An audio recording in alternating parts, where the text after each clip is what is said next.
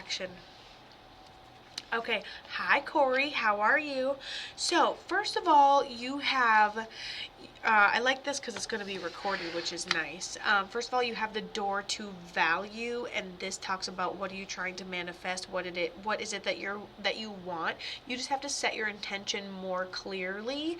So if you want this and that and this and that and this and that and this and that, your spirit has too many options. It'll bring you a little sprinkle of everything you think you want over time.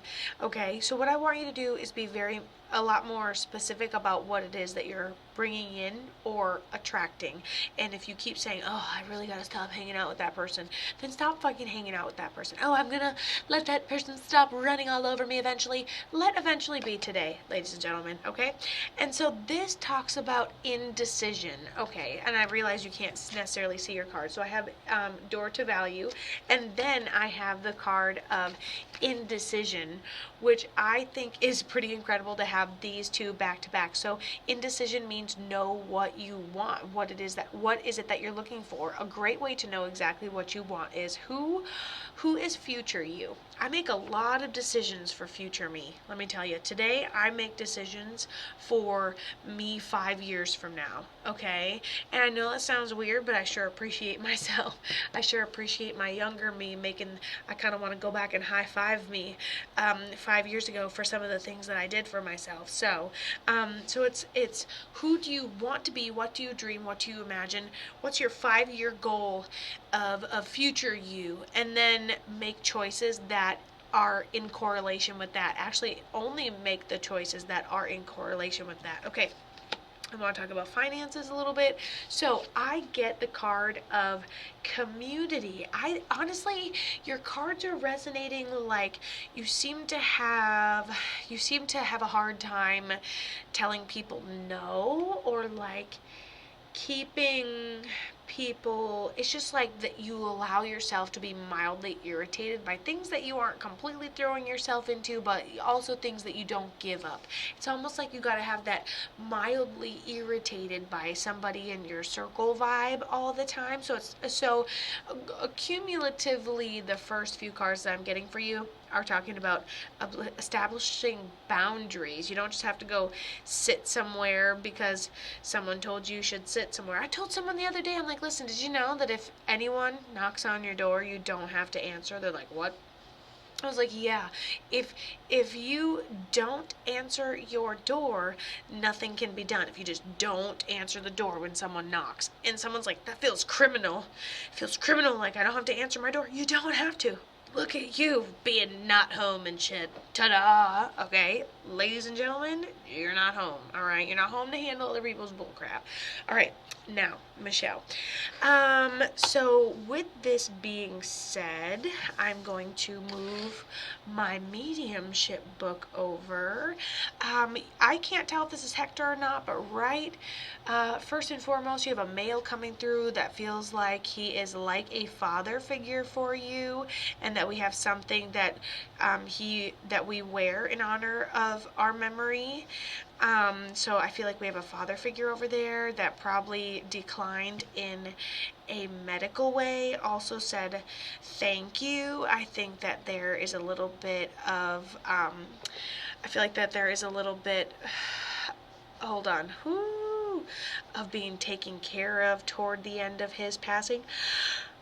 But I almost feel like it's right toward the end, and holy crap, it just drains me of oxygen as we're going here. So, Michelle, let me know if this specifically sounds like Hector, but we have this father figure that ends up passing. We have something that we wear in honor of his memory. He passed something medical, seems like. And then he says, thank you for the care. Someone's taking care of him toward the end. Okay, and then you also have a few more people in here.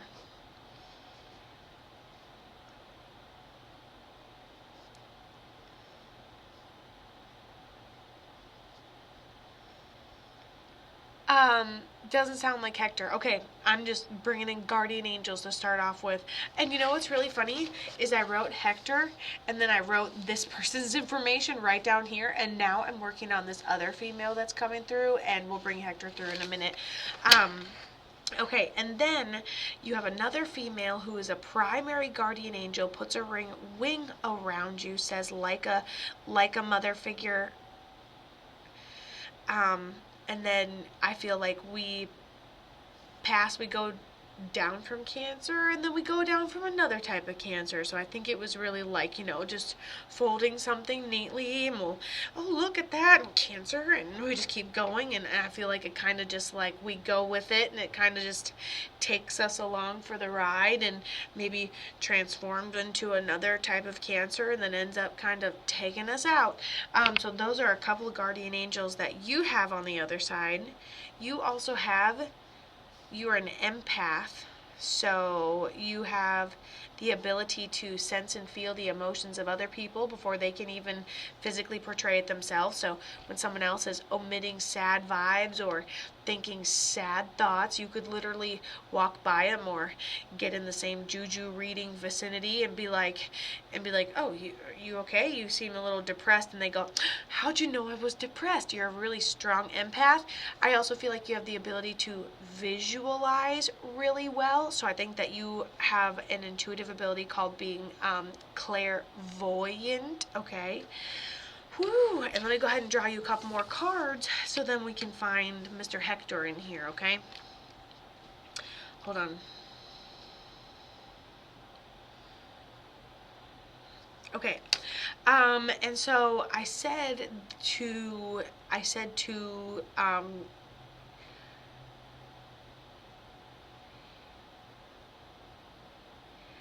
okay, hold on. So I went into your energy and I asked future you. I was like, what do they need to know about, like, forward, about financially? I wanted a financial answer, but I haven't gotten a financial answer from them yet. And because they had said community, they had said establishing boundaries, and I don't even feel like you can get your own things done with some of the things you put your energy into, or I feel like, or the things that you're doing aren't nurturing you either on a financial, emotional, level. And so I think that it comes with less distractibility, or doing something for you before you allow yourself to be distracted from it. And I think if it's $5, $10, $15, pennies here and there, I hear high yield to it. So maybe like a little savings or a little jar that you cash in 5 years from now. It's just little structured ways that you're thinking about money now, thinking about future you, are the way that things are exactly the way that things are going to pay off. Okay, now I want to grab one from my regular tarot deck. Five of Swords talks about, why is this so inner conflict? What is it that you are going through? Is there anything specific that this is all referring to? Because we've got conflict, and then we've also got ambition. So at the end of the day, whatever it is you're going through, whether you're frustrated with yourself, whether you're frustrated with other people, whether you can't figure out how to manage your finances, blah, blah, blah, whatever it is, I'm seeing not only conflict, but that emotion of being conflicted is what motivates you to do something else. Feeling these financial constraints is what frustrates you into saving your couch pennies, okay? Being emotional and frustrated about never being able to tell people no and wanting to find time to do things for yourself. I think that, when we're mad, we punch something, okay? When we are afraid, we make changes. Like, emotions help guide actions. So yeah, interesting. Okay, so let's go ahead and talk to Mr. Hector on the other side as well. Hector says,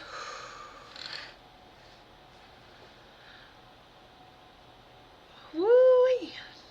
That's not what Hector says, but we're close.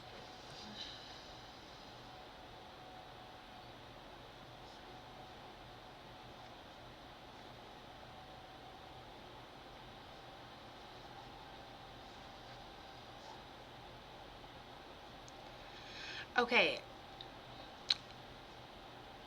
I feel like he says very unexpectedly.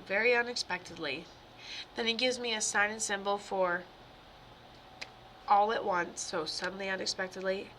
He lays 2 roses down. I feel like he is acknowledging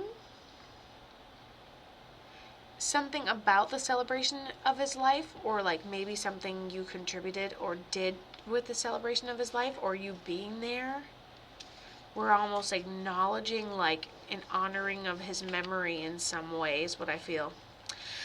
He also gave me a sign symbol. Um,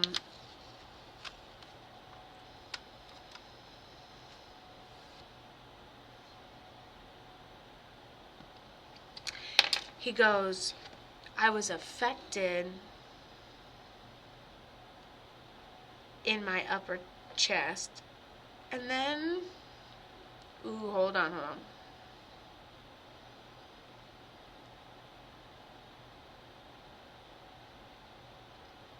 I feel like I'm comfortable, but I'm kind of out of it. He gave me a sign symbol for home. Maybe this happened at home, or he passed at home, or he was found at home. Comfortable till I wasn't. He's got a good sense of humor. I think this had to be like an unexpected thing, or like someone finds this and didn't expect to find it and then is traumatized type of thing. Okay, Michelle says, very true. Okay, how do you end up passing? He goes, situation, yes. Real life, no.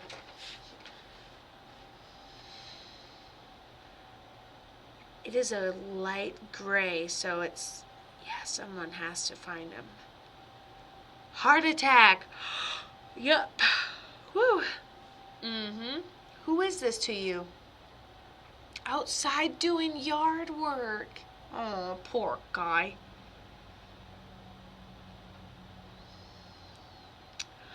And someone just goes out to check on him. But my daughter brought him in. Oh, is this like your honey bunny or something? And that's why he gave you the 2 roses? Just an assumption, just an assumption. This dude has a whole ass heart attack. And he passed at home.